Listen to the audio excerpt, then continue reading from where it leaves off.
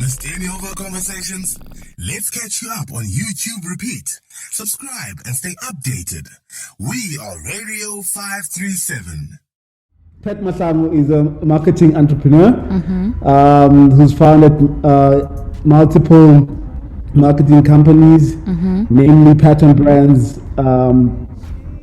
Lerato Agency, and back in my varsity days, I co-founded a company called Varsity TV, which was a media platform at the University of Johannesburg. So really, I'm an entrepreneur. I'm fascinated about all things marketing, all things media communications. Yes. Those are my passion points. So when I'm not doing the exciting stuff in terms of my career, I also have a passion for fitness. You know, you find me on my mountain bike on Saturday mornings, doing the trails and also running. Wow. So that's me pretty much. Yeah, that's you. But just as I expected, you probably did not do justice. I probably bragged much more than you did. But guys, he is exactly who he says he is, and he's not only that, he is much more. I call him, a brand specialist because, man, the work that he's done, the work that he is doing is amazing. And the interesting thing about you, Pat, is that you actually did IT. I'm like, what?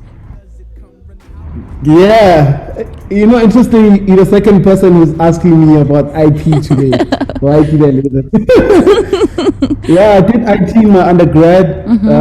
I did it for 2 years, though I didn't finish the degree. Okay. Because I discovered my passion early. Yeah. I knew the first day I was exposed to marketing as a promoter that this is something that I'd like to do for the rest of my life. Wow. So at the time I was enrolled for IT. So I ended up having to change my course from IT to information management, which allowed me to do marketing, then do my honors in marketing, and then my master's in business management. All right. Well, nicely we will come back after the song. And this is a song that you like, that we're going to be playing. And after the song, I want us to get into it, get into that background about how you started out and how are you the Pat that we know today.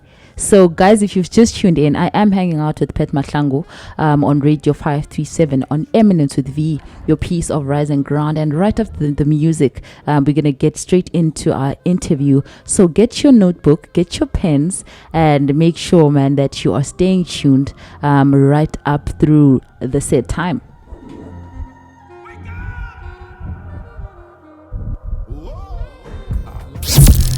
Are you tuned in right now?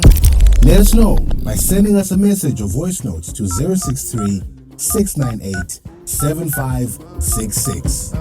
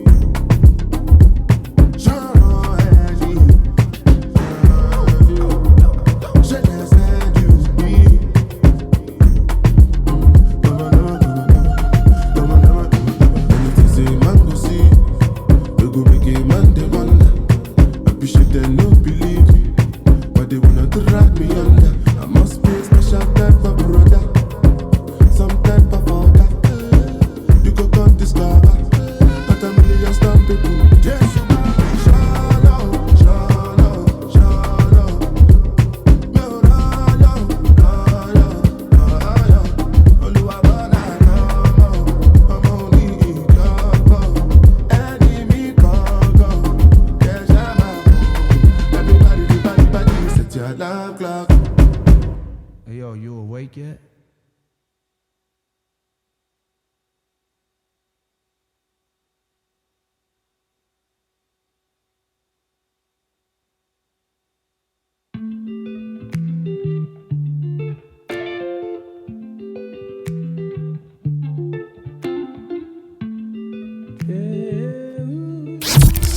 informed, updated, and motivated with Radio 537.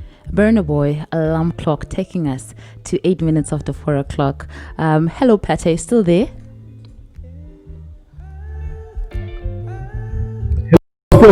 Yeah. I was really not expecting that song from you. I don't know if there's such a thing as music not being like a person. I wasn't expecting that. Can you tell me why? Can you please just come closer and explain why that song? Actually, I have a love and hate relationship with that song. Okay. You know, first it's a good song, and I hate it because it's so short. It's like 2.5 minutes. Yes, I mean, when the song ended, I was still waiting for the song to continue. I couldn't believe it was over. You know, but there's a message behind it. You know, it really it's my get up and go type of song. Yeah, absolutely, man. And we all have those.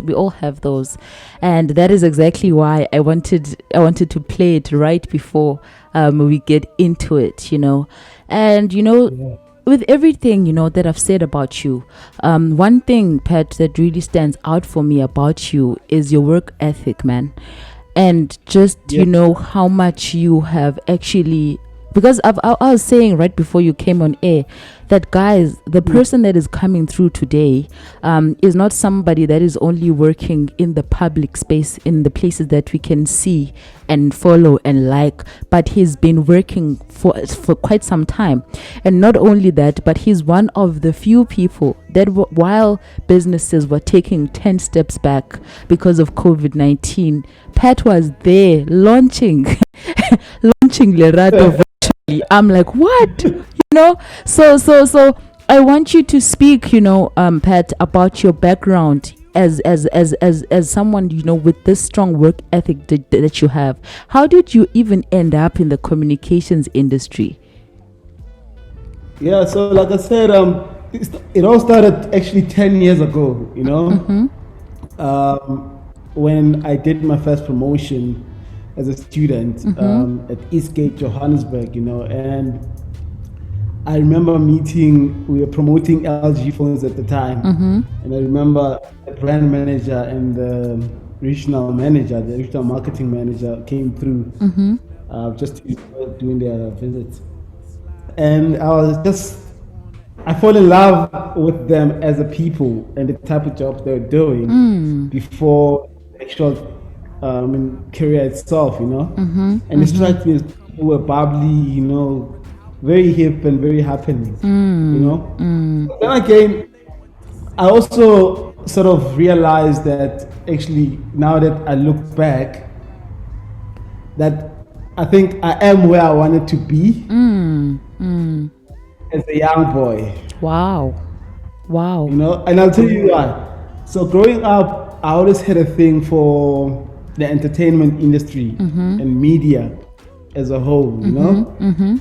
At some point, I wanted to be a singer. I don't know why, but because I can't save my life. Now that I'm looking back. Thank God you didn't go there. I mean, I tried. I wrote songs, you know, with my other friend. I remember in high school, actually, I used to organize rap battles, you know. Wow. So hip hop was like a thing, you know. You were out there. Actually, hip hop was really about battles, you know. At the time, did you know that you couldn't sing at the time?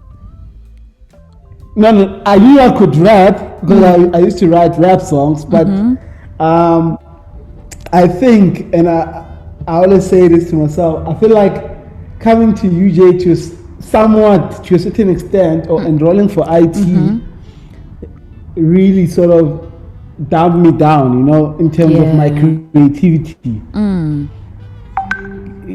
You know what I mean? Because studying IT, I had to be a nerd. I had to spend a lot of time in the computer labs. Yeah, which was not you, probably.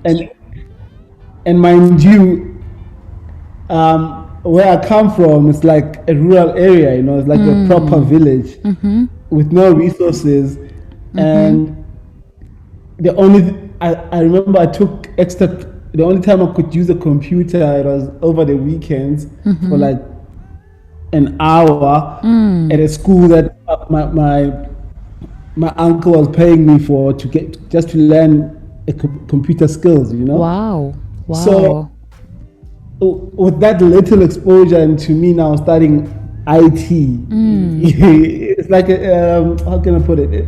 It's a bit far fetched. It is. Because I remember in my first informatics class, which is like programming, you know, and they were talking about things like declaring variables, you know, the algorithm that everyone is talking about usually today, the Facebook and Instagram algorithms. It was the first time I heard of such a word in class. You know? And yeah, it was just a foreign thing, and obviously then my creativity my flair for creativity sort of died in the process, you know. So I only sort of revived it in 2014, like four years later, when I met Refilwe, you know, who was my business partner at the time, when we co-founded Varsity TV. And Varsity TV became a media platform that gave students actually the opportunities to showcase their talents. You know, if you want to be a TV presenter, if you want to be working behind the scenes, holding the camera, taking photos, you know, in the creative space. And I think that's how it sort of showed my creativity showed up again, you know. And but now I'm not in front of the camera, but I'm actually behind the scenes, and I own a media platform. Wow. So exactly.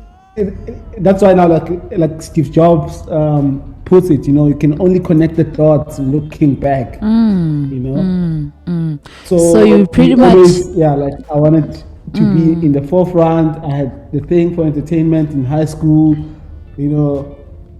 Actually, I'm not sure if you know Patco Mafani. Yes, we're familiar with him. Yes. Patco is like a legend in the PR space. Yes, he is. He's also one guy that sort of had an influence in me, because when he was the PRO, or the public relations officer for Kaiser Chiefs, you know, he was like the best. You know, and I was like, actually, I like that guy. Yes. And today, fast forward with Lerato also being a PR agency, you know. So instead of me being like a PR officer for a particular company, exactly, I own a PR agency. Wow. Instead of me in the forefront in front of a camera, and own a media platform. So that's how I everything just switched up, hey? My life laid out. Say that again? Everything just switched up for you.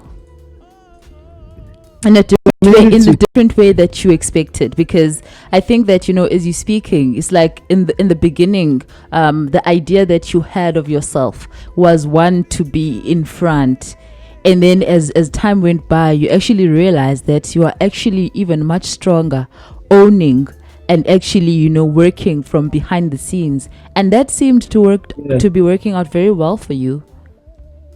No, absolutely, and I mean, look, I think it's only a matter of time I get in front, maybe mainstream media, you know, because I think as I grow as an entrepreneur, as I mean, also one thing I like about the digital space is that you don't have to wait for SABC or any of these big publications and media houses to give you an opportunity. You can create the opportunity yourself. Yes. And you have done this, Pat, in so many ways, and you have done, you know, so well in opening those opportunities even for other people, because I'm watching your work, you know, with Pat on Brands, and you are introducing us, you know, to professionals and to people in the communication space and different, you know, professional spaces that we didn't know before. And when those people come, you know, on the show, you'll find that they give just so much, you know, insight to the work that they do. And this is something that I feel is very rare, and we haven't had, enough, when it comes to exposure with regards to just being in dialogue with professionals, doing well in certain spaces. And I must say, it's really beautiful to see. Can you just speak about, that kind of environment? What actually pushed you to cultivate that kind of space? Yeah, I think for me it's how can I put it? Like I said, I'm a strong believer in really creating opportunities for myself and putting myself on. I mean, I would like to be on the radio like yourself. Maybe on a bigger platform. But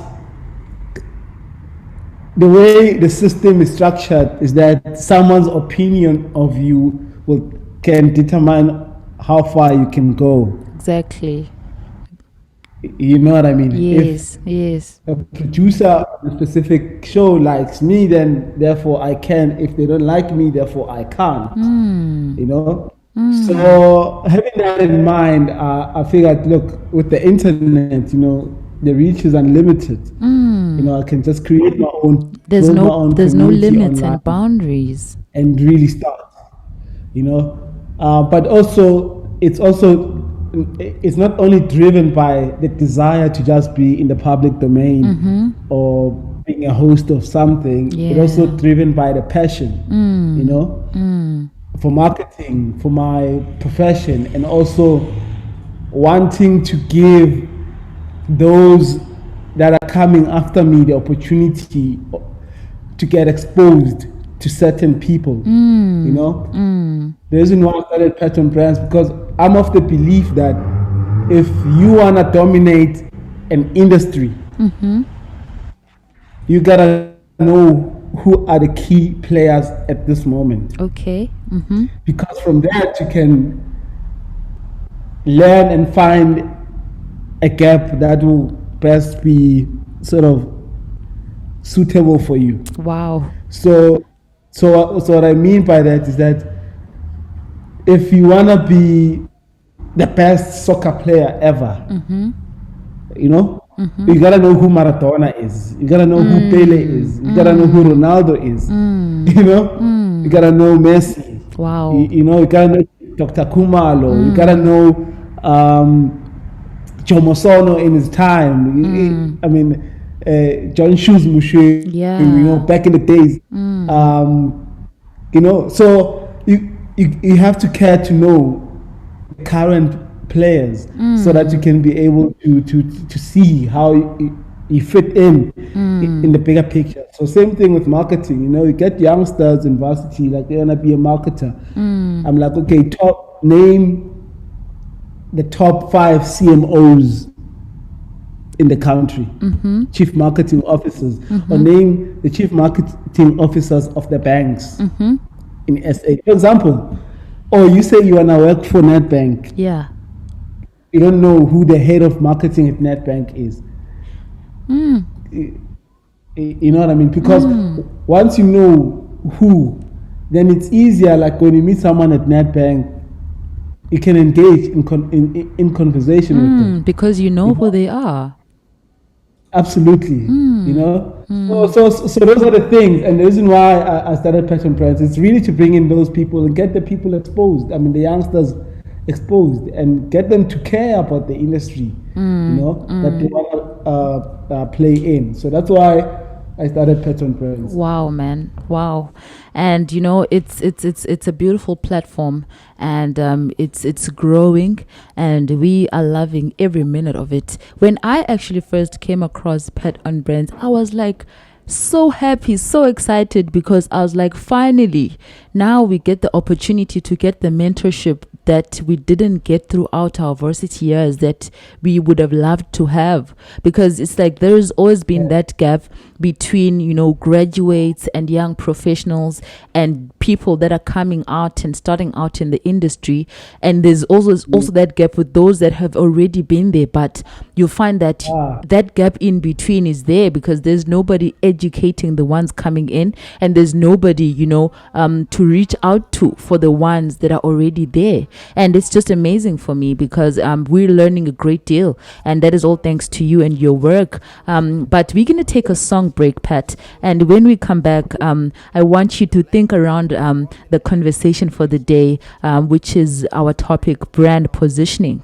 And I do want to say to you at home that you can still send us a message. This is the perfect time for you to take our WhatsApp line and be able to come through on the conversation on 063 by Chance the Rapper, taking us to exactly 26 minutes after 4 o'clock. Thank you so much for hanging out with us. And if you've just joined us, you are tuning into Radio 537. The name of the show is Eminence, your piece of rising ground, with Uvuyelwetu Sabani. And today, as promised, we are hanging out with Patrick Mahlangu. He's still on the line, and we continue with our topic, talking all things brand positioning and everything in between. Pat, are you still there? Yeah, I'm still here. Thank you. So I wanted you to speak about you know, brand positioning, but like before we get into it, I'd like you, you know, in your own words, to say what is brand positioning. And the reason why I want us to start there is because I believe there's just so much misconception around the meaning, you know, and just so much misinformation. So so according to you as a brand specialist, what is brand positioning? So brand positioning really stems from that place that you want to hold in your customer's mind. You know, it's really about the cognitive side of things of your customers. So that cognitive space that you want your brand to hold in your customer's mind. So what do you want people to hear? What do you want people to think of when they hear the name of your brand? You know, they hear about your brand. What is that one thing that should come to your customers' minds? So for example, if they say the most affordable car or the most reliable car, automatically there's certain brands that come into mind, or there's a specific brand that comes into mind. So that's how I'll describe brand positioning. You know, it doesn't necessarily refer to the physical positioning of your brand, like maybe having a store in Sandton or having a store in V&A in Cape Town, but really that cognitive space that your brand occupies in the consumer's mind. Wow. And that's the misconception about it for most of the time. And what do you think? What impact, you know, does good or bad brand positioning have on your business? I mean, like any business has an objective to make money, you know, make profits, and reach its shareholders, you know.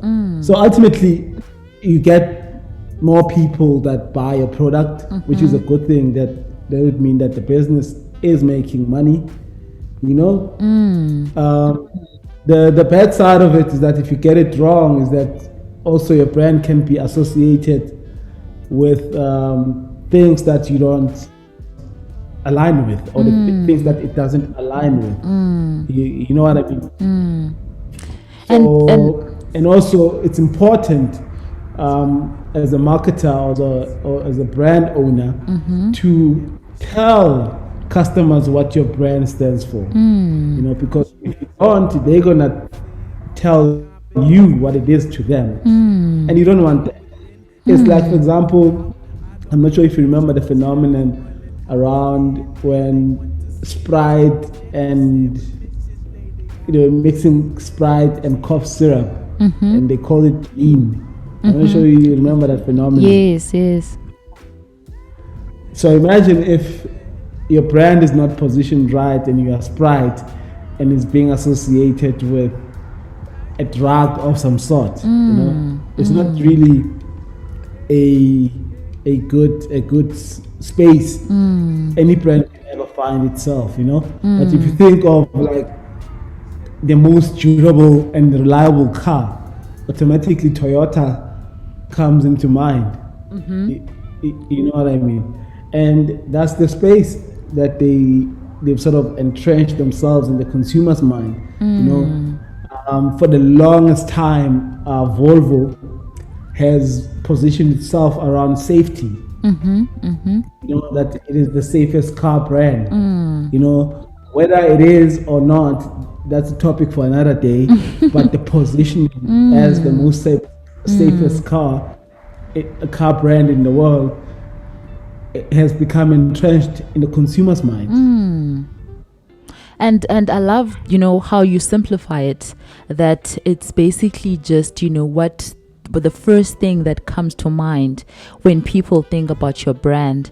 And I think that, you know, you detailed it perfectly. And, you know, I think that also it's something that I feel, you know, that especially, you know, with young entrepreneurs, it's something that, you know, is still very misunderstood in terms of, you know, the value that it actually adds to your business to actually, you know, be intentional about your branding. So in your experience, what do you think bad brand positioning looks like? So bad brand positioning, you just see it when we come across it, in the sense that one, for example, if you want to position your brand as a luxury brand, right? You can't then open a shop in, how can I put it, dip in informal settlements, for example.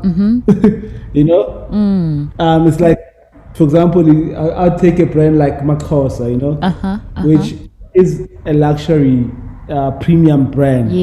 And how that also comes across is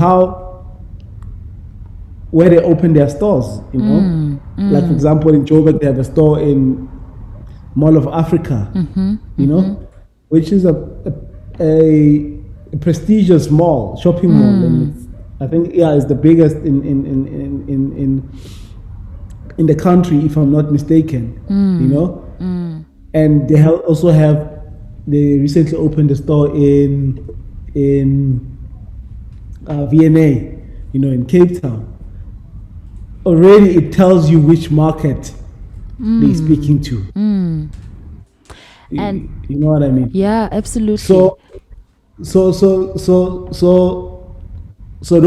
the things, and there's different factors that also comes into place. Not only location, you know, it also price. You know, price also can be a way of positioning your brand. You know, for example, I mean, many people think that price is a reflection of quality. You know what I mean? And that's why a brand that has succeeded in that, for example, if you take Woolworths food, you know, they position themselves as selling quality food, and that sometimes is shown via the pricing strategy that they implement, you know. So it's really those dynamics, the packaging, you know, the experience when you open an iPhone box versus when you open an LG or a Huawei. It's different. You know, the packaging also speaks to the positioning. So there's different ways that you can you can use to position your brand. So you said that there's different aspects that actually contribute, to the overall message of your brand. And you mentioned even things like the location, the pricing and the packaging, and that's like very helpful information, because for the longest time we used to think that, if I'm producing something that is of good quality, definitely, it will sell. But, it's we've seen over time that it does not always work. You actually have to take the time and put in the work to make sure that you represent your work in the way that you want it to be perceived. Yeah. Well, the interesting thing for me is that, most of the time, I feel like we also kind of like confuse two things that I feel maybe, a bit different sometimes, which is your personal brand, as Upet, and then, your business brand. Do you feel like there is a difference here? Or do you feel like this is something that you approach differently in the strategies that you apply, to brand yourself and to brand your business? Or do they go hand in hand, or do they go together? Can you educate us on this? Yeah. I think there's a fine line between your personal brand and your business brand, especially if you're sitting at the helm of your company. It would be a different story if, for example, I've hired a CEO to look after Lerato or look after Patton Brands, for example. Then it might be different, because truth be told, a brand will always take the shape of the founder. The founder's beliefs and ways of doing things will have an influence on how the brand is being managed and run. Wow. In most cases. Wow. So that's why, for example, in most cases, you find that if the CEO of a company is a runner, they would then, or is passionate about running, they would then sponsor a running club, or they would sponsor a marathon. Because that's what they very likely to support, because it's their passion. It's their passion points, yes. So the short answer is there is a fine line between your personal brand and your business, and they can be easily sort of confused, if you are not deliberate and intentional about separating the two. I think also, Pat, the confusion also comes, from the fact that we really believe, that, when we're putting ourselves out there, when we're putting our work out there or what we do, we want to remain true to ourselves, and we want, our brand to reflect us, and we want to position ourselves in a way that would be memorable. And we always sometimes think that in order for us to do that, we need to do our branding exactly, as we are as people. But I think that, sometimes it also takes moving a little bit away from, some parts of who you are, and putting yourself out there sometimes in the manner that you wish to be perceived as at most. But I do have a voice note coming through, and I'm just going to play the voice note for you, okay? All right.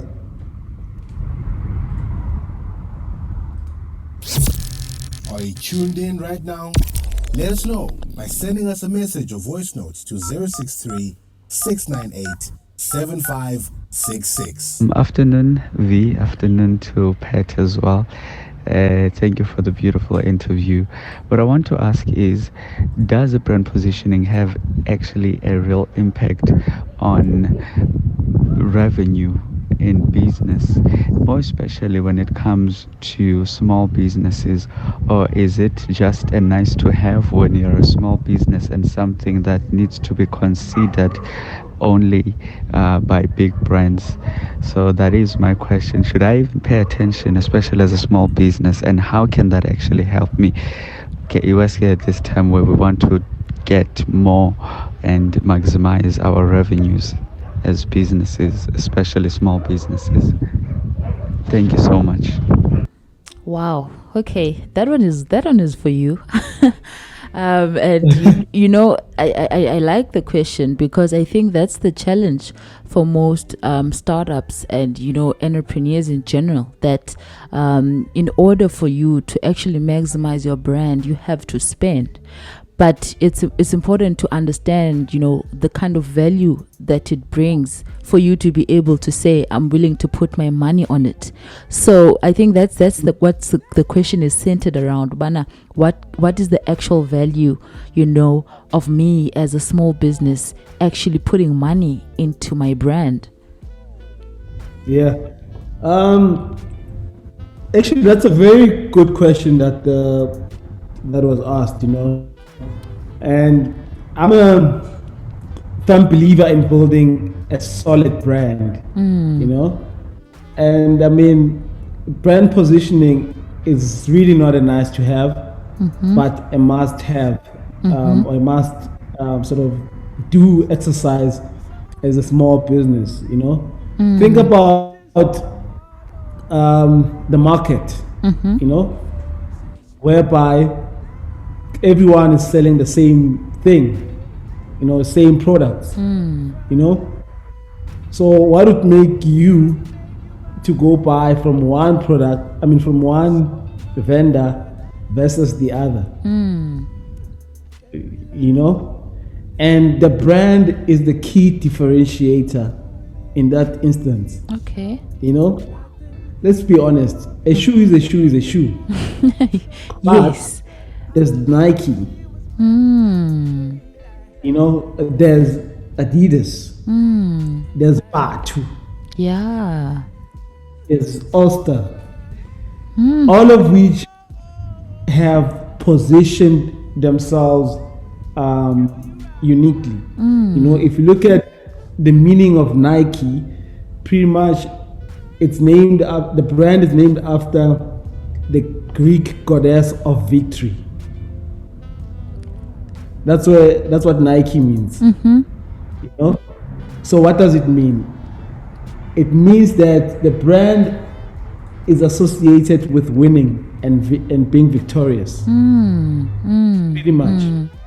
And how they bring that to life, you also see it with the type of brand ambassadors that they use. Caster Semenya, Colin Kaepernick, Serena Williams, Tiger Woods. You know what I mean? If Winners. you look at those names and you look at those are people that are sort of that are doing the most in their respective fields, and they are winning. Wow. And speaking of Nike, I think that it's one of the brands that is actually done so well, with regards to that. And also just there's this element that they have of just always being involved in societal issues, because you'll find Nike speaking out about Black Lives Matter movements. You'll find Nike speaking out about all those kind of things. Do you think that this is important to incorporate in all branding, or is it something that can be done by certain brands? Okanye, do you think that mhlambi everyone can pull this off? This thing of actually showing, that empathy, with societal issues as a brand. It depends on who you're targeting and who your target market is. Remember, ultimately, the reason why I'm saying it's a business imperative to have your brand positioning done right, it's because ultimately it's going to have an impact on your revenues. So also, I mean, the voice note asked if it has an impact on your revenue. Absolutely. You know, because if people don't buy your brand, then the business is not generating revenue and they're not making money. So you need to give customers good enough reasons why they should be spending their money on your brand versus the competitors. And that's where positioning comes in, you know? So whether, I mean, the reason why Nike is able to support the Black Lives Matter movement or the LGBTQ community, it's because the positioning around it is that they want to, it's a liberal brand.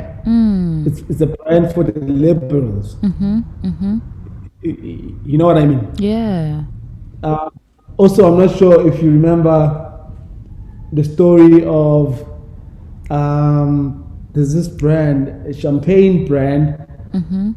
I think it's Ace of Spades. No, Patron. Okay. You know, if you listen to the old sort of old school hip hop, you know, I have a Patron in my hand. Yeah. And there's a story around it that the founder was like, he doesn't understand why rappers use his brand in a manner that they do, because they are not the target market. You know? So yeah, because that wasn't how he had thought or he had positioned it. You know? Like Tommy Hilfiger, you know, when people were wearing his brand, like the hip hop guys, like wear like oversized t-shirts, you know, baggy stuff, and it was like, that's not why he designed the brand.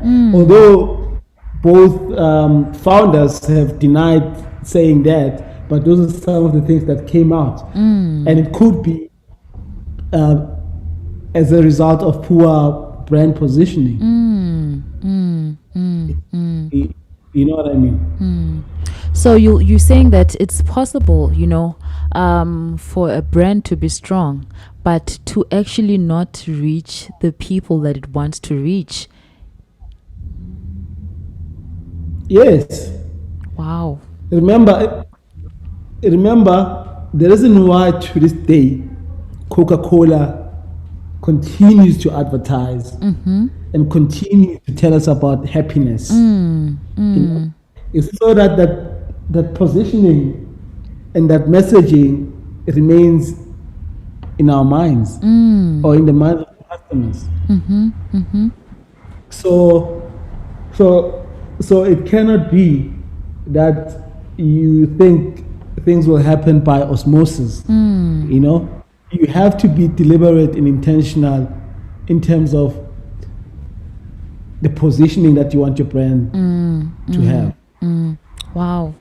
You've already mentioned a few brands, and I actually wanted to ask you, Ubana, like which brands, you know, do you actually look at as good examples of brand positioning, even in the, you know, even if it's local within the country, or African brand, or just, you know, a global brand in general? Which brand do you think that, maybe a few, if you have any, that you think that are very good examples of brand positioning? I think locally, you know, the likes of Batu, you know, and because Batu, their brand promise is that it's a shoe that breathes and it's a shoe that enables Africans to walk their journey. You know, whether you're a hustler, whether you want to climb up the corporate ladder, and here's a shoe that will enable you to walk that journey, whichever one you want to take. I think it's a clever positioning, you know. Then you also have a brand like Nando's, you know, that has also positioned itself quite well as a brand that really sort of entertains, as a brand that really sort of take a stand, as a brand that that's spicy, you know. You know, that's never too shy to start a beef with another brand. Exactly. To call out another brand. Very spicy they are. Absolutely. You know what I mean? Yeah. So, I mean, the list is really sort of endless of brands that are doing incredible things. Wow, guys, if you've just joined us, we are actually hanging out with Pat from Pat on Brands and founder of Lerato. You know, Pat, I wanted us to speak about post-pandemic brand positioning, if there will be a post-pandemic, but like just, you know, what brand positioning means now, you know, with regards to everything that's going on globally with COVID. But, you know, I like what you did with the virtual launch of Lerato. And I feel like it kind of like, it probably is probably going to be a half part of your answer to this question. Can you speak a little bit about that? I'm not sure I understand the question, like post the pandemic. Yes, I mean like with regards to COVID-19, and you know, with everything that is happening with regards to the regulations and everything, most businesses were not, you know, able to function as they used to. Most businesses that are in events were not able to host those events. Some of businesses, you know, that actually, you know, use events for brand positioning and things like that were not able to do that.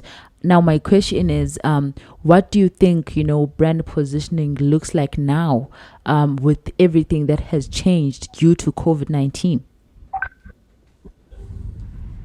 Yeah, so I think we cannot deny the fact that digital will continue to be a dominant space that brands play in, you know.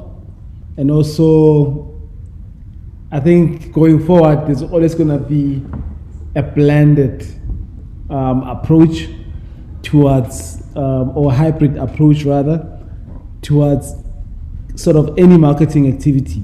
So when I say hybrid, I'm referring to a combination of both online and offline executions, you know.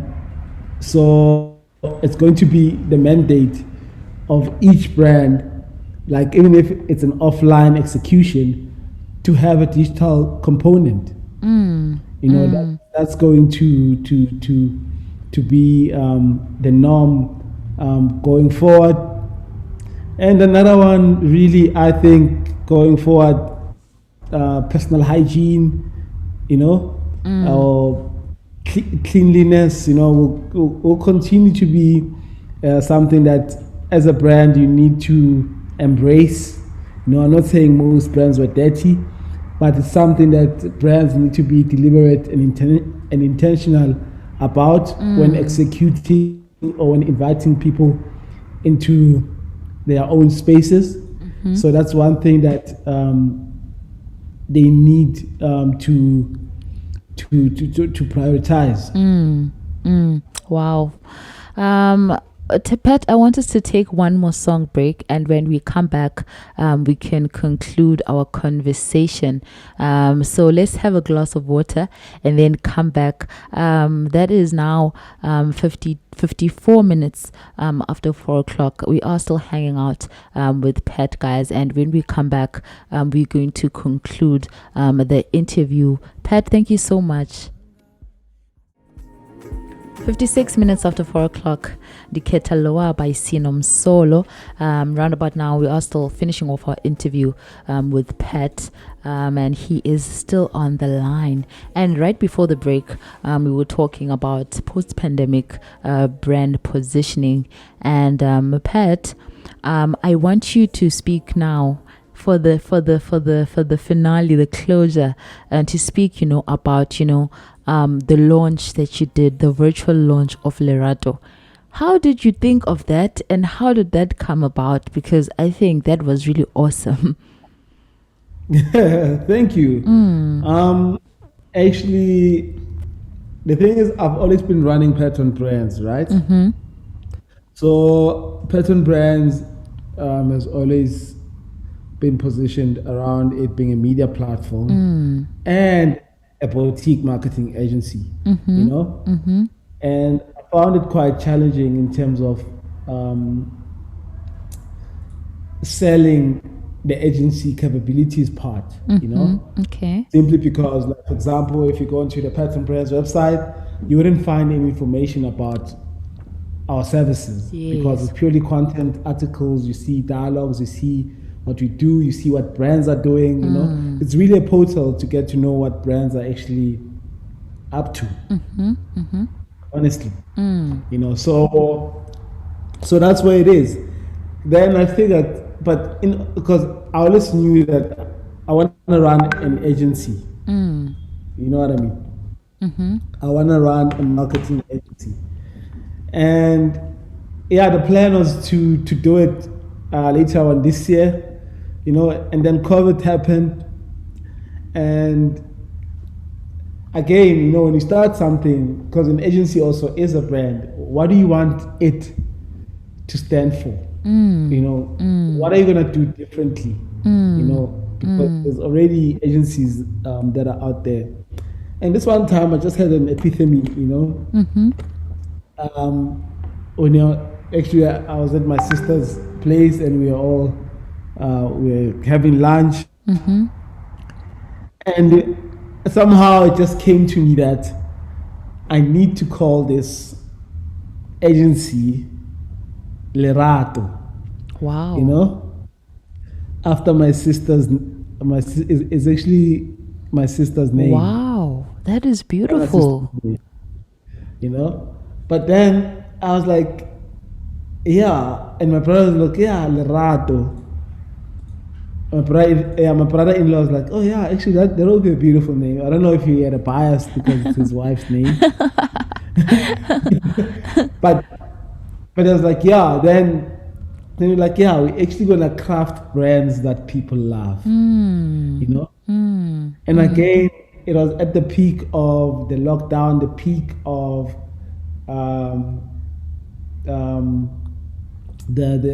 COVID, and I was like, actually, also now more than ever before, brands need love. Brands need Lerato so that they can be able to succeed. Wow. So that's how also the brand story and the brand positioning for my new agency came into being. Then I was like, okay, cool. In order to introduce Lerato to the world, or Lerato agency to the world, we have to do something spectacular. Wow. It cannot be that for us to get recognition, we can't just be average and just say, okay, hi guys, here's Lerato. We have to do something spectacular. And I mean, it took longer than I thought it would take us, because first we had to design the website, the brand identity, and that took quite a while. Actually, what really took quite a while was the website getting launched, because I wanted to make sure that our potential client, when they visit our website, they won't have to have any reservations about us or any doubts. It has to look impeccable and it has to serve its purpose. So we did some UX design. I contacted a few of my networks that are in positions to actually make use of my services. A brand manager there, head of marketing there, an MD/CEO of a company there, a business developer there, just for them to give us feedback. A lot of times when you start something as an entrepreneur or as a founder, you have an idea of how you want things to pan out going forward, But the market will determine what they want. Absolutely. You know what I mean? So a lot of websites, the reason why they're not effective, they're not generating the leads that that they need to, is because of the design is designed wrong. So remember, you only have 30 seconds to capture the customer's attention, if not less. Once they don't get what they find, what they're looking for on your website, they bug out. Wow. So if you need to sort of take that into consideration. Yes, it's all good and well to say you have a website, but does it serve its purpose? That's a question that's a discussion for another day. Another But day. the truth is, so what we did with the Lerato website, we wanted to make sure that our potential clients, when they visit it, they get the information that they need at the quickest time possible. Wow. So with that, then once the website was done, then that's when we conceptualized the launch. Getting an events company, a proper events company on board, and really let them come in and to help us with technical side, the setup, the sound, live streaming, because we really did not want to leave anything to chance, because like I say, the image of the agency is important. Wow. Wow, Pat, that was actually a very beautiful experience that you actually created for us. And we are all inspired by your work, man. And we wish you all the best in all that you do and all that you're thinking of doing. And you actually just concluded the whole thing by actually telling people what is it, that they can do best in terms of crafting their own brands. And just before you leave, I want you to just let people know where they can follow you, where they can reach you, so that people can go on and look up some of the work that you do, or if people want to reach out to you for work related purposes, what information can you give? So people can get a hold of me via social media pages. It's Pat Mahlangu across all social media pages: Facebook, LinkedIn, Instagram, Twitter.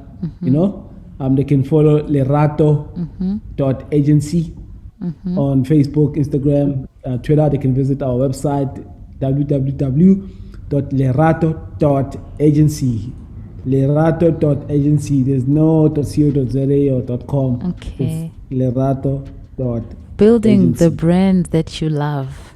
Wow, man! Like I love so much the and also Pat on brands. Pat on brands. Okay. Yes, across all social media platforms.